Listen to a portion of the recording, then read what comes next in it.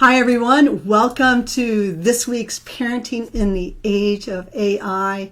So glad you could join us for these discussions around topics that really impact our role as parents and the opportunities that we can help create for our young children. So welcome. Parenting in the Age of AI. What do we really mean by that? Well, for this week's discussion, it's really around how do we lead in the moment and not just react.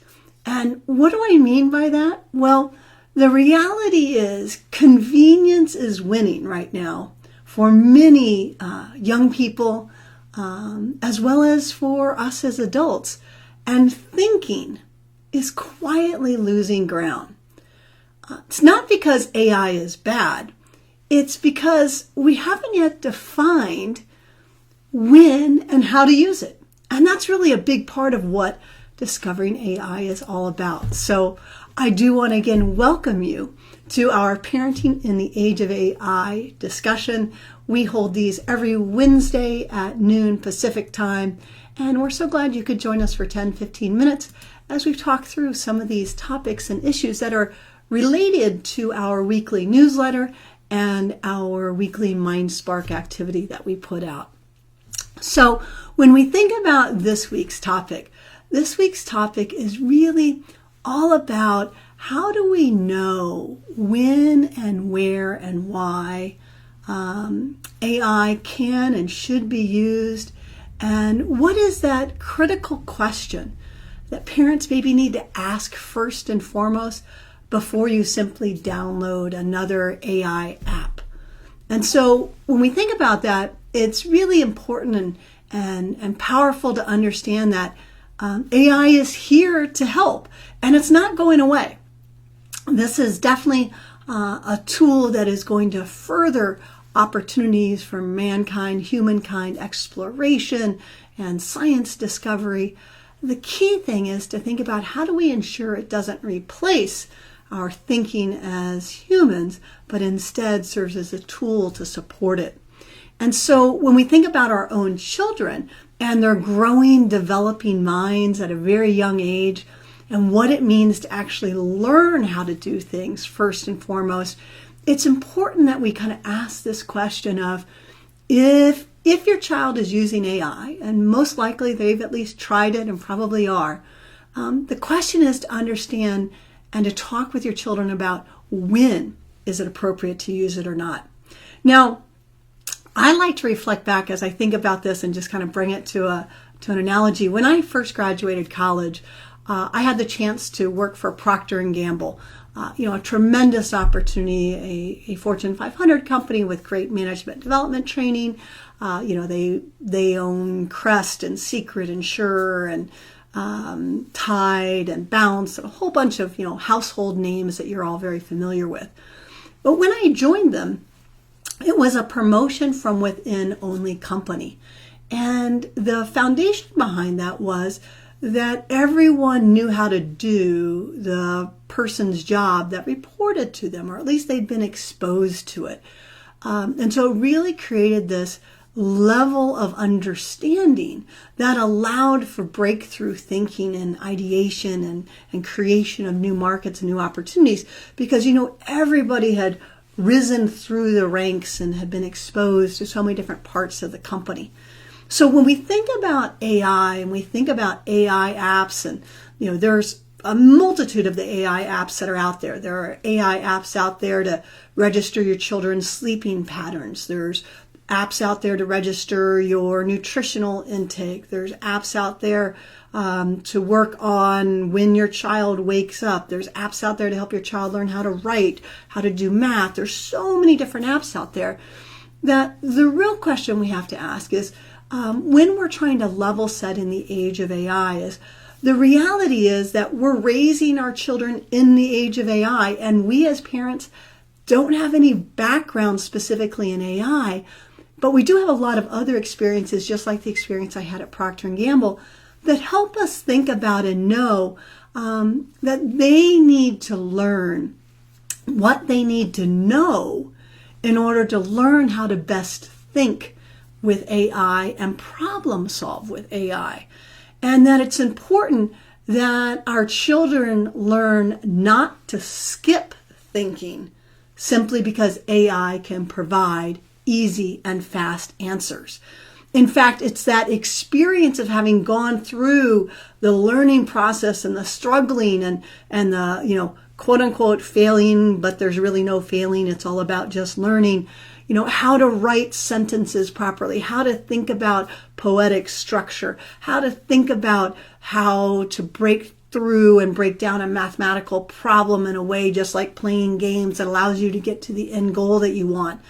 That if our children learn to just seek answers and skip the steps that are associated with how they actually have the experience to know whether or not those answers are right, really shortchanges not only their own development, but will really shortchange the future opportunities for humankind. So at Discovering AI, we're really all about how do we make sure that it's important that we know that we think AI is going to be here, that's going to be an integral part of our children's lives. I have a 13-year-old daughter and working very closely with her on when is the right and not right time to use AI to help her with things.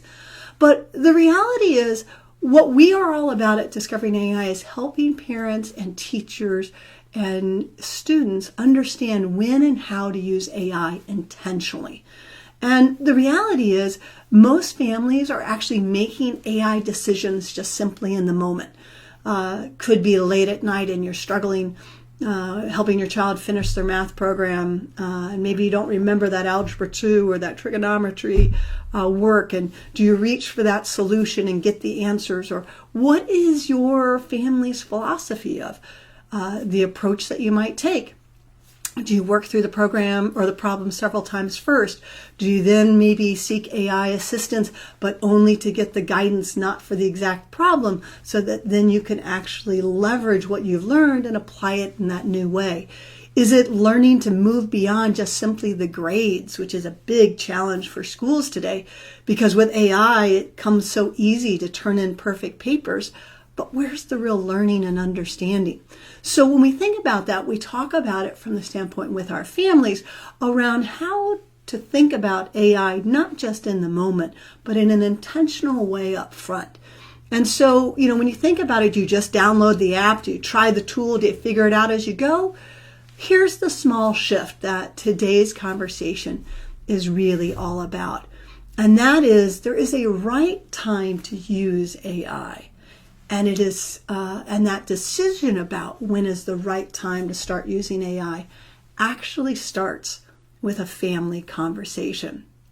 So when we think about it, I like to think about technology in our homes where we can imagine this. And yes, I want to challenge you to remember this moment of a point in time when, your household might be a little bit quiet. And it might trigger you to think about, especially if your child's supposed to be doing homework, are they actually reaching to AI, to an AI tool to help them with that homework? And when they do that, does it create a new habit? And what I mean by that is, my child has a desk area just off the kitchen outside of her bedroom where she works on her homework. And when it gets really quiet, and normally she used to in the past would ask questions, it makes me wonder and question, is she going to the book? Is she going to her friends, her classmates, or is she turning potentially to AI for those answers? And as we've all seen and recognized, these answers can come very easy, but yet it doesn't create that inherent knowledge and understanding that our children need to know. So that moment, it's not a problem when it happens, but it is an opportunity for you as a family to have a very intentional conversation. And that's where we talk about where parenting actually shows up. So I like to say, so how can parenting show up? It's easy. Parenting in the age of AI doesn't have to be difficult. You don't have to be a tech expert. You don't have to be an AI expert. All you need to do is to think about what you can do to foster a conversation, a proactive, intentional conversation with your family, because the reality is you're learning AI alongside your child. And what you don't want to have happen is your child moving forward with AI at a rapid pace ahead of you, where you as your own family aren't setting the values and the guidelines around it. So it's about how do you have those conversations as a family to introduce the conversations that matter and to get to talk about when do we want to use an AI app to help us and when do we not. So with that, I like to share in each of these Parenting in the Age of AI conversations each week that not only do we put out a newsletter every Wednesday that introduces these topics, but also on every Friday we put out a MindSpark activity. And this MindSpark activity, as I said, requires no technical fluency. It opens up and just provides a foundation and a framework for you as a family to be able to have a conversation together around AI. And so when we think about it, it's important to realize that simply being open to listening how your child is responding and what their current today thoughts are about AI and what they might be a week from now and what they might have been a week later or a week prior, you're going to see that it is evolving pretty quickly, in part because of the influences that they're receiving both in school and from their peers and from their own online discoveries. So when we talk about this week's MindSpark, it's really about what we call the brain first timer. That's this week's MindSpark activity that you could do this weekend. It takes 5-10 minutes together as a family to do it, but you'll be really amazed about the conversation. And it certainly takes the conversation beyond of, what was funny or what was your homework like this week or, how was school this week? It drives so much deeper conversation. And so when we think about the brain first timer, it's about something you as a parent can actually model. And this is where we talk about, think about a moment where sometimes you or your child might get stuck and they might turn to AI first. And the idea is to say, I tell you what, let's not turn to AI first. Let's instead just set a timer for 5 minutes and let's see if we can come up with as many bad ideas as possible about how we might solve or fix this problem, or what are the creative ideas that we might actually have for what we want to do.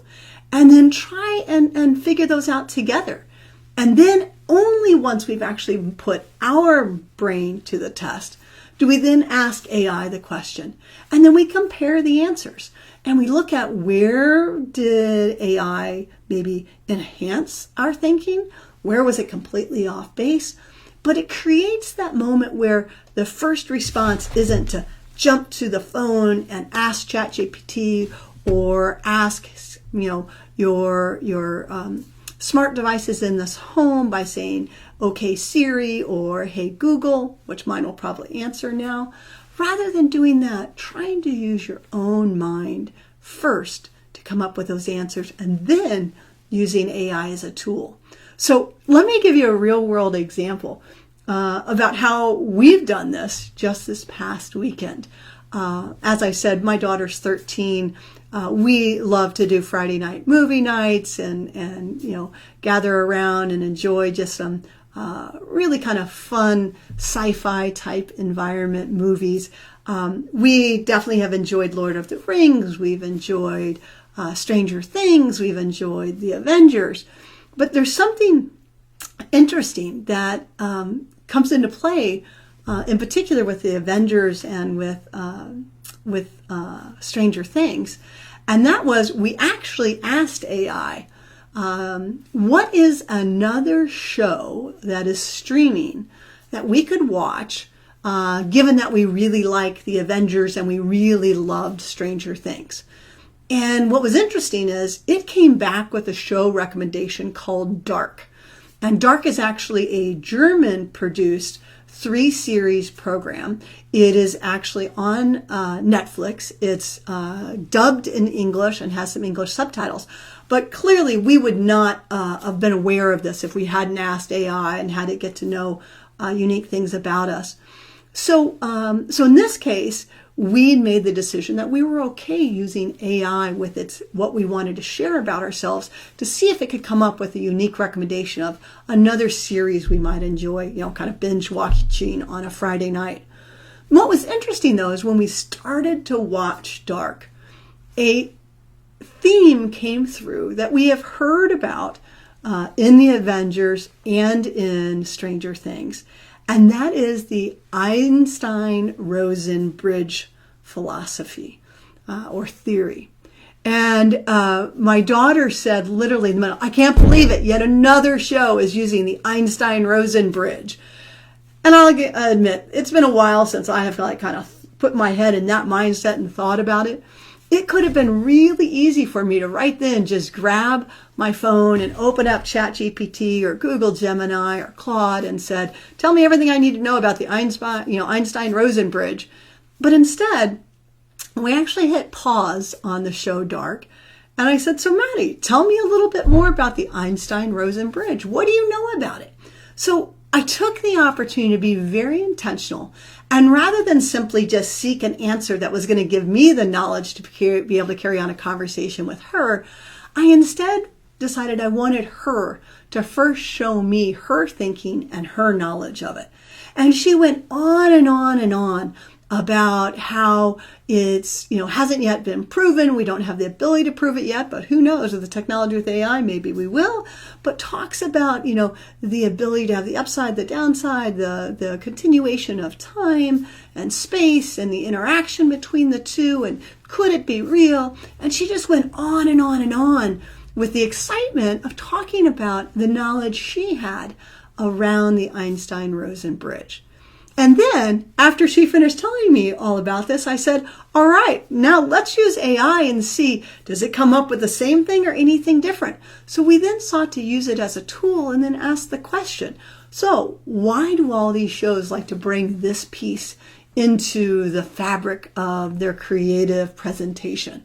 And so all of a sudden it opened up a whole new angle to the conversation of, we didn't just get to watch a TV show that was kind of really exciting and different for us. We actually got to use our brains to really think and expand our thinking. So this has really helped our family. And what it does is, when we do these moments of being intentional, it helps to build confidence. It shows, without a doubt, shows our kids that they can think, and that the struggle to remember all the details are real, because I also get to demonstrate that, as I continue to fill my brain with day-to-day work activities and parenting activities, maybe some of the things I learned as a child aren't as readily at my fingertips as they once were when I was her age. And so it also demonstrates how AI can help fill in the gap on some of those things. So we talk a lot about this at Discovering AI, around how we as parents can really set the stage for our young people to learn how to develop the 6 essential traits that are going to help them thrive in the age of AI, which is what will separate them, the uniquely human-based skills where they know how to use AI as a tool, but not a replacement for thinking. And so we use the acronym CREATE, and CREATE means the C, critical thinking. Are we helping our kids develop that critical thinking? The R, is it resiliency? Are they developing resiliency and adaptability because of the rate of change with AI, how fast their world is going to change? Do they have emotional intelligence? I sometimes have to remind my daughter of that when she reminds me, how could I not remember things like this? That emotional intelligence might be giving me a little more benefit of the doubt. The A in CREATE is all about AI fluency. And are we testing and modeling that together of learning when is the right time to engage AI and when should we really be using our own mind to be thinking independently, to have that struggle, to learn how to do those math problems, to figure out how to write that powerful, compelling opening line to that creative story that you're going to write that's going to lighten up your teacher's mind about the world that you could envision that might one day be. And the T is all about thinking creatively, right? This is something truly unique. With humans, we're not just repeating the past, we're inventing new ways to use technology and to explore beyond. And then that last part of the E is around entrepreneurial thinking and having that mindset to create and to develop new solutions and new products and services that can help mankind, humankind, reach their full potential. So with that, that's what we really talk about AI in a way as parents, that it serves as a tool but doesn't serve as the replacement of thinking, when it can so easily give answers to our children and circumvent this critical time, the K through 12 period, where learning the foundation, just like at Procter & Gamble, learning how to do every single role and step and having that foundation that then allows you to apply experience in unique and novel ways to come up with great solutions. So when we think about this, I like to just underscore, it's clearly that AI is not going to replace our role as parents or teachers, right? Because there's a lot of talk about there, will AI replace teaching? There's still the need to do teaching. Teaching will change just like parenting is changing. It's going to make these roles, I think, even more important, because we need to help our young people learn and discern between when is the right time to use it and when they should not use it, and how they can develop those skill sets. So this isn't about whether or not your child doesn't need technology or does. And you may have heard different stories about some schools removing all technology from the classroom and going back to pen and paper only in the environment. We really believe that this isn't about trying to control AI. The goal is really about how do we raise young people so that they know how to use technology and AI well. Those that are truly intentional about it and align their family values with the technology, they're going to learn how and when to use AI as the right tool at the right time for the right conversation. And as we think about it within Discovering AI, we talk about that actually produces clarity, confidence, and connection. That the ability to have that clarity, that confidence, and connection, that's really what it's all about in terms of our role as parents in developing our young people to thrive in the age of AI. So please know you don't have to have all the answers. Just simply start having a conversation about AI and about how it comes into play in your children's lives in school and outside of school. So I encourage you to continue to join us every week, Wednesdays, Facebook Live, noon Pacific, for another topic on parenting in the age of AI. And in the comments, you should see a link to our newsletter. And if you subscribe to our free newsletter, you'll also get our weekly MindSpark activities every Friday delivered directly to your inbox as well.